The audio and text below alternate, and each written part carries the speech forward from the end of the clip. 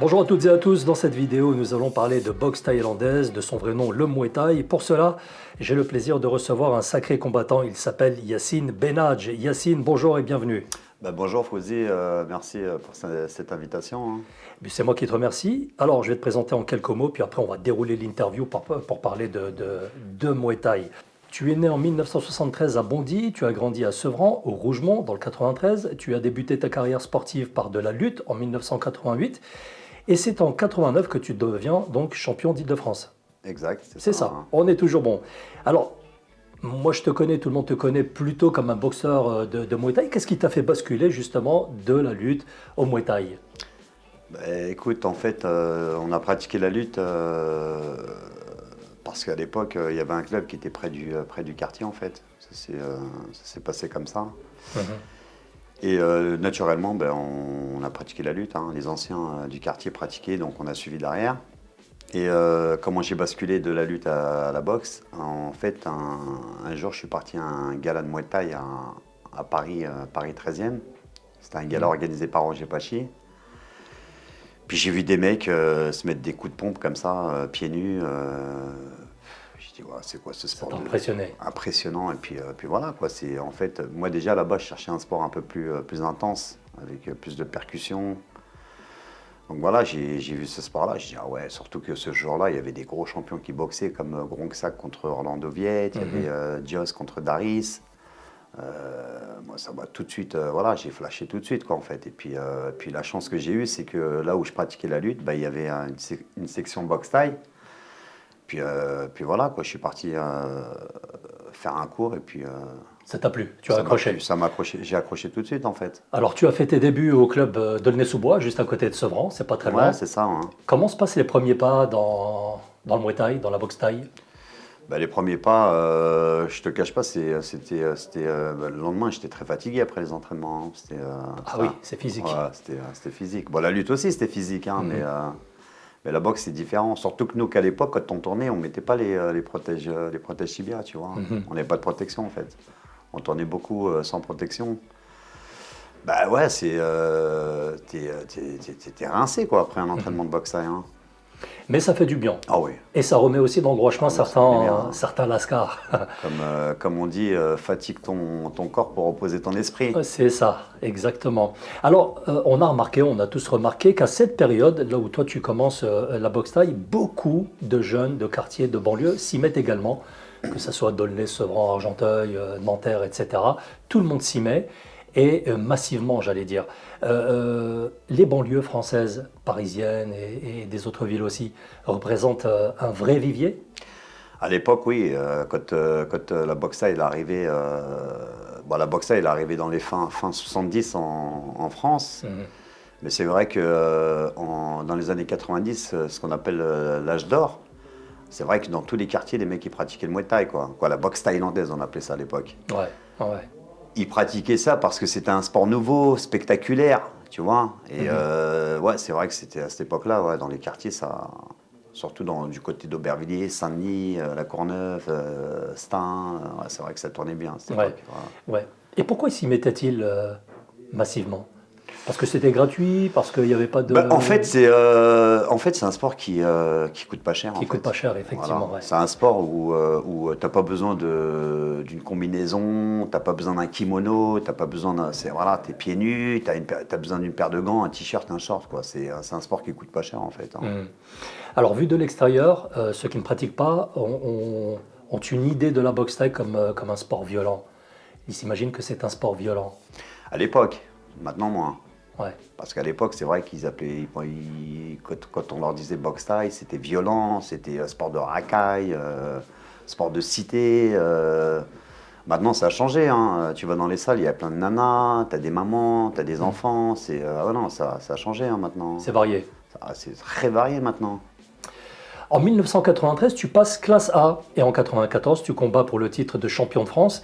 Et on dit que les boxeurs se souviennent toujours de leur premier combat. Est-ce que pour toi c'est le cas également? Ah oui, bien sûr, on se souvient toujours d'une première ceinture, Ouais. hein. Tu peux nous en parler?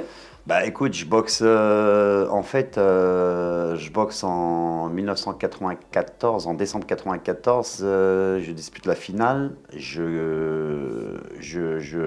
En fait, je remporte les 4 premiers rounds et au cinquième, je le mets KO. En fait, sans un coup de genou direct. C'est Nagichili. Voilà, c'est ça, hein. Alors en 1995, tu rejoins le Nemrod Club d'Omar Benamar, qui lui-même était élève de Roger Pachi. Est-ce que tu peux nous parler de cette période dans ce club? Le Nemrod, il était tenu par Omar Benamar et Jean Méliani et Yazid Belawes, en fait. Mhm. Ils étaient trois. Ben, moi, en fait, pourquoi je suis parti d'Aulnay et je suis parti au Nemrod, c'est parce qu'en fait, il me fallait du sparring. Mhm. J'avais besoin d'évoluer. Et à Aulnay, où j'y étais, ben, il y avait plus grand-chose, quoi. Mhm. Mais j'osais pas partir, en fait. Parce que moi, je suis quelqu'un de fidèle, tu vois. Je suis pas comme les boxeurs de maintenant qui changent de club tous les 3 jours. Je suis pas une girouette.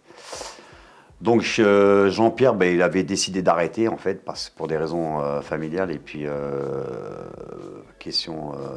pour des raisons aussi professionnelles. Donc il m'a dit, écoute Yacine, si tu veux partir, bah écoute, tu peux y aller quoi. Mhm. Puis honnêtement, ça m'a Ça tombait soulagé. bien pour toi. Ouais, ça m'a Ouais, soulagé en ouais, fait. ouais. Parce que moi, je serais pas parti en fait. Je serais resté à Aulnay avec Jean-Pierre. Dis-moi, toi, à ton époque, comment est-ce que tu percevais le club mythique des Yamatsuki? Est-ce que tu en as entendu parler? Ah Est-ce que oui, tu bah avais oui. envie d'y adhérer? C'était quoi cette vision de ce club mythique? Bah, d'y adhérer, en fait, moi, quand j'ai commencé la boxe, il n'existait plus ce club-là déjà, hein. Ah, Ah ouais, d'accord. non, il n'existait plus, hein. En fait, c'est les pionniers, en fait, Bah hein. oui. Tous les mecs qui étaient dans ce club-là, c'était les anciens, en fait. C'est tous ces mecs-là, ils ont ouvert des clubs maintenant. Mhm. Est-ce que tu peux nous parler des entraînements de la boxe thaï qui sont rudes, physiques, exigeants, qui demandent vraiment beaucoup d'implication et d'engagement? Bah après, les entraînements rudes, physiques et intenses, c'est quand on a des grosses préparations de combat. Mhm. Mais après, il faut un objectif.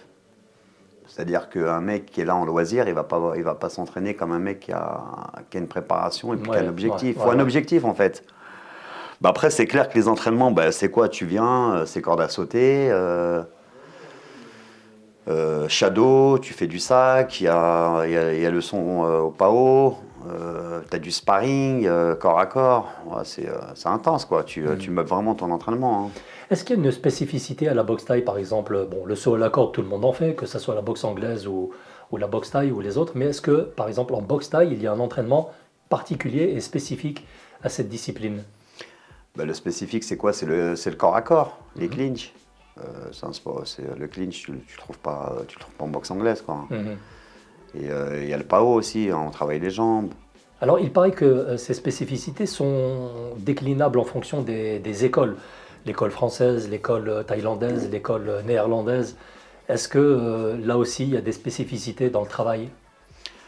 Bah, après, l'école hollandaise, c'est plus une école de kickboxing, ce qu'ils appellent le kickboxing japonais, en fait. C'est Mhm. plus basé sur les points et les low kicks.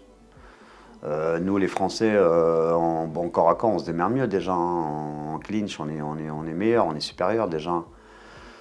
Après, Muay Thai, moi, je mettrais les Français, en Muay Thai, hein, je parle, hein, je mettrais Mhm. les Français au-dessus des Hollandais. Mais en kick, c'est vrai que les Hollandais sont au-dessus quand même. Ouais.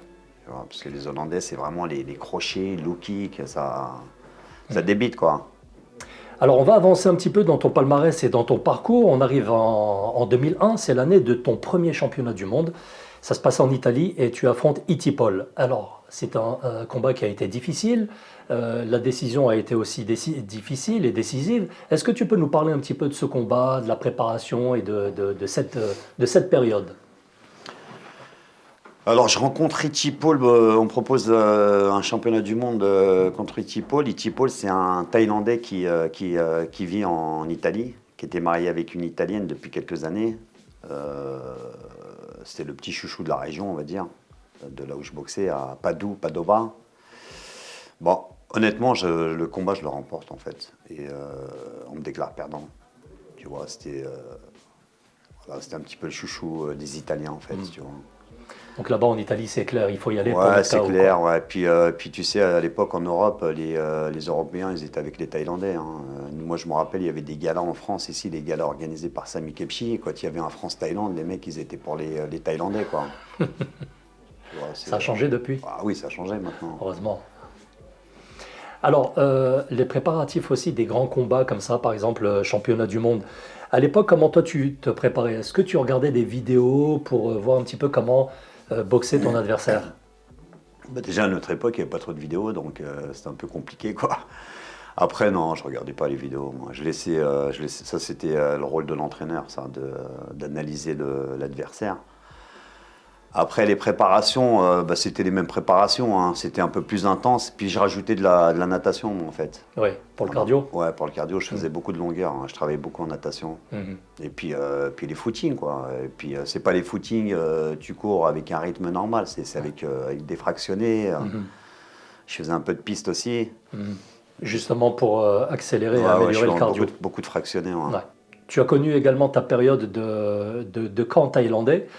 Est-ce que tu peux nous parler de la période où est-ce que tu vas chez les Thaïlandais pour apprendre, développer, découvrir des techniques?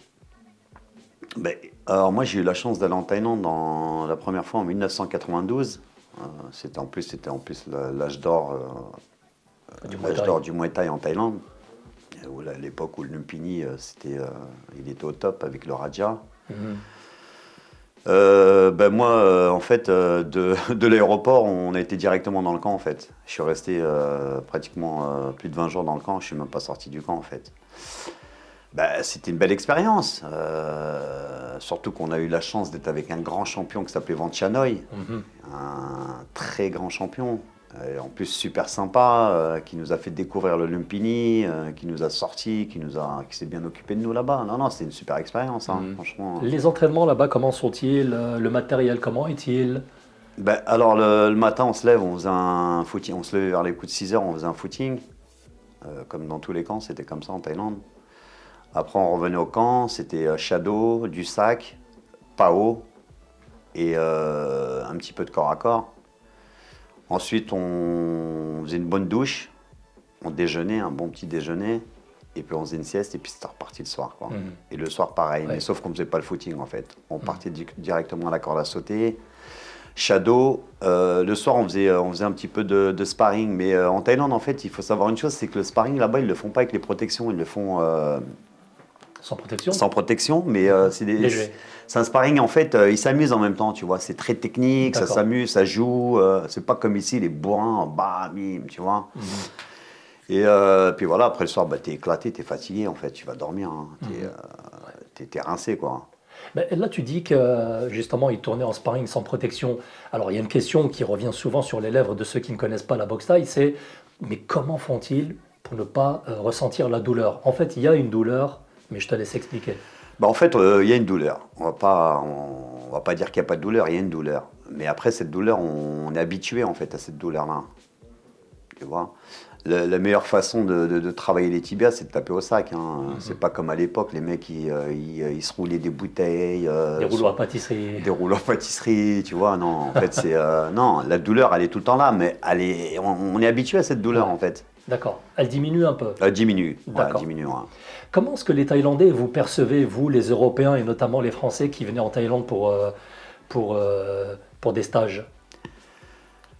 Alors, les Européens en général, quand ils vont en Thaïlande, bah écoute, si tu arrives dans un camp et t'es feignant, ils vont pas s'occuper de toi, en fait. Ouais.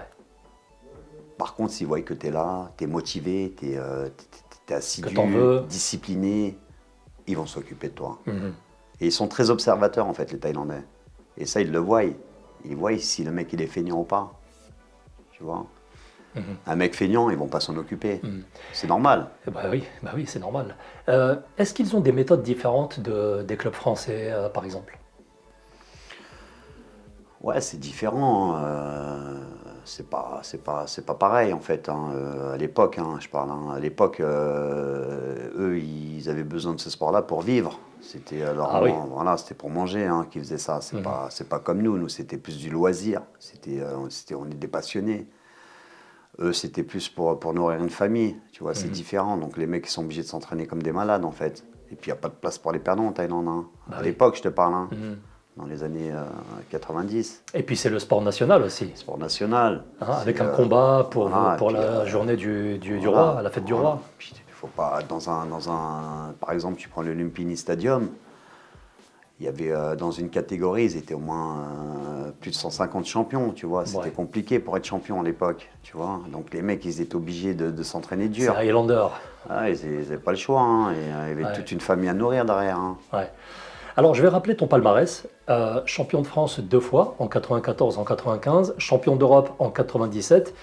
En 2001 et 2004, tu participes au championnat du monde. Tu es 2 fois vainqueur de tournois mondiaux comme le Tao Thai et le Janus Fight Night. Aujourd'hui, tu es entraîneur à Sevran. C'est le Benaj Gym Club. Est-ce que tu veux dire des mots, quelques mots sur ton palmarès? Est-ce qu'il y a des périodes comme ça qui t'ont plus marqué que d'autres? Ben, alors moi j'ai participé à 3 tournois mondiaux, j'en ai remporté 2. Le premier ils appelaient ça un tournoi mondial, moi j'irais plus un tournoi européen. Je remporte le tournoi. Mhm. Ensuite je participe à un deuxième tournoi mondial. Là il y avait du lourd quand même parce que tu avais des Japonais, tu avais des Biélorusses, tu avais des Thaïs et tout. Je le remporte le tournoi, je suis Ouais, super, génial. super content. Puis c'est 3 combats dans la soirée. Hein. Bah oui, c'est un tournoi. Voilà, c'est un tournoi, c'est 3 combats dans la soirée, c'est 3 fois 3 minutes, voilà. Puis je participe à un troisième tournoi, en fait, je perds en demi-finale. C'était un tournoi relevé aussi avec des grands champions comme Petrosian, Abdelhamabel, etc. Mhm. Ça c'était vraiment des combats où vraiment j'en garde des bons souvenirs. Après, un combat où vraiment déçu et puis j'en garde un mauvais souvenir, c'est quand je rencontre le Thaïlandais Narupol Fairtex. Mhm. Qu'est-ce qui se passe? En fait, j'ai 35 ans. Ouais, Il en a 24, il est champion du Lumpini en titre, on me le propose, je le boxe. En fait. ouais, Puis voilà quoi. Et moi j'étais sur la fin, en fin de carrière, et puis en fin de carrière pour boxer un mec comme ça, ouais, ouais. Mhm. c'était un gala organisé par Sami Kepchi, ça passe sur Canal+, et puis je perds en fait. Mais pourquoi est-ce que tu as accepté, toi? En fait, j'abandonne au troisième round en fait. Mais qu'est-ce qui t'a poussé à accepter? Tu Dépression sais, ou... quand t'es boxeur, tu peux pas refuser des combats comme Ah ça, ouais, tu ouais, vois. Et, ouais, ouais. puis je me suis menti peut-être à moi-même, tu vois, en acceptant le combat. C'était peut-être aussi un défi à relever. Oui, c'est un défi, mais tu sais, faut se mettre, faut se mettre en évidence. 35 ans, le Thaïlandais, il en a 24, il est champion du Lumpini en titre, moi je suis en fin de carrière. Donc voilà, j'ai accepté, je l'ai fait, j'ai perdu. C'est vrai que c'est. Puis d'ailleurs, c'est le seul combat où j'ai perdu avant la limite. Ouais, Et, ouais. Bon, après tout, ouais, c'est la vie d'un boxeur. mais ce combat-là, il m'est resté à travers la gorge. Hein. Franchement, Ouais. j'en ai. J'étais pas bien, hein, je te cache pas, j'étais pas bien pendant un petit moment, tu vois. C'est comme ça, quoi. On est des boxeurs, les défaites, elles sont amères. Mais ceci dit, ça n'enlève rien à tes qualités de boxeur et Ouais, de après, champion aussi. ouais, Ça, tout le monde le reconnaît aussi. ouais, après, Même si toi, tu es encore un peu déçu, mais de toute façon, les gens savent qui est Yacine Benadj. C'est pas non plus n'importe qui. Alors, j'aimerais revenir sur un combat qui t'a aussi marqué. C'est un championnat du monde où tu le sens pas dès le matin, t'as le nez pris, t'es pas bien. ouais, t'es bien informé, Fawzi, dis donc. Bon, en fait, ouais, je dispute un deuxième championnat du monde. Je rencontre un japonais, c'est une superstar. C'est le japonais Sato. Ouais. Ouais. D'ailleurs, c'est l'un des seuls qui a battu Boakao Boakao. par KO. Ouais. C'est le seul. C'est un mec qui évolue au K1. Il est très très fort. Donc on me le propose, je le boxe. En fait, la veille à la pesée, donc je me présente à la pesée, j'avais à peu près 700 grammes en plus. Mhm. Donc, tu sais, un championnat du monde, et puis dans les grosses organisations comme ça, il ne faut pas jouer avec le poids, quoi. Tu vois. Donc, je retourne dans ma chambre, à l'hôtel, j'allume l'eau chaude, j'avais un sèche-cheveux, je mets un peu de chaleur pour mettre un peu de vapeur dans la salle de bain. Je fais du shadow pour perdre le poids, etc. et tout. Je retourne à la pesée, je me pèse, je suis au poids. Mais manque de peau, j'avais attrapé froid, en fait. Avec tout ça, tu vois. Puis le lendemain matin, quand je me lève, en fait, je me sentais mal, quoi. Ouais. J'avais mal à la gorge. Mais tu vas quand même. Ouais, ben t'as pas le choix. Bah oui. Et puis je l'avais dit à mon entraîneur, je lui avais dit, écoute, je le sens pas du tout le truc. En fait, c'est le matin, en fait, tu vois. Quand tu te lèves le matin, le jour du combat, c'est là que tu vois si tu te sens bien ou pas, en fait, tu vois. Là, je le sentais pas du tout, franchement. C'est vrai. Je la sentais pas du tout. Bon, après, je fais mon combat. Premier round, je le touche, il tombe. Il est compté. Le gong, il sonne. Ah ouais, sauvé par le gong. Sauvé par le gong. J'étais dégoûté. Je me suis dit, pourquoi il n'est pas resté au sol? Deuxième, bah, ça va. Troisième, ça va. Quatrième, ça va. Et puis au cinquième, c'est lui qui me touche, quoi. Je suis compté, pareil. Ouais. Bon, ça fait partie de la vie sportive. Ouais. Est-ce que tes parents sont venus te voir dans des soirées, dans des galas comme ça? Alors, ma mère, jamais. D'accord. Allah yarhamha, paix à son âme. Allah yarhamha. Jamais de la vie. Elle n'arrivait pas, en fait. C'était trop dur pour elle. C'est vrai. Et mon père, paix à son âme aussi, Allah yarhamha, mon père aussi venait, mais sur la fin. Sur, on va dire, les 5 dernières années de ma carrière, il venait. Mm-hmm. Alors toi, tu as un fils qui boxe également. Et j'ai 3 fils. Ouais. J'en ai 2 qui boxaient mais qui ont arrêté. Il y en a un qui s'est mis au foot. Ouais. Et le grand, c'est un peu compliqué en ce moment, il travaille et tout. J'espère qu'un jour qu'ils vont reprendre, quoi. Ouais. Et est-ce que toi, tu irais à leur combat? Ah bien sûr. Ouais, obligé, c'est différent. Je les ai déjà coachés, moi.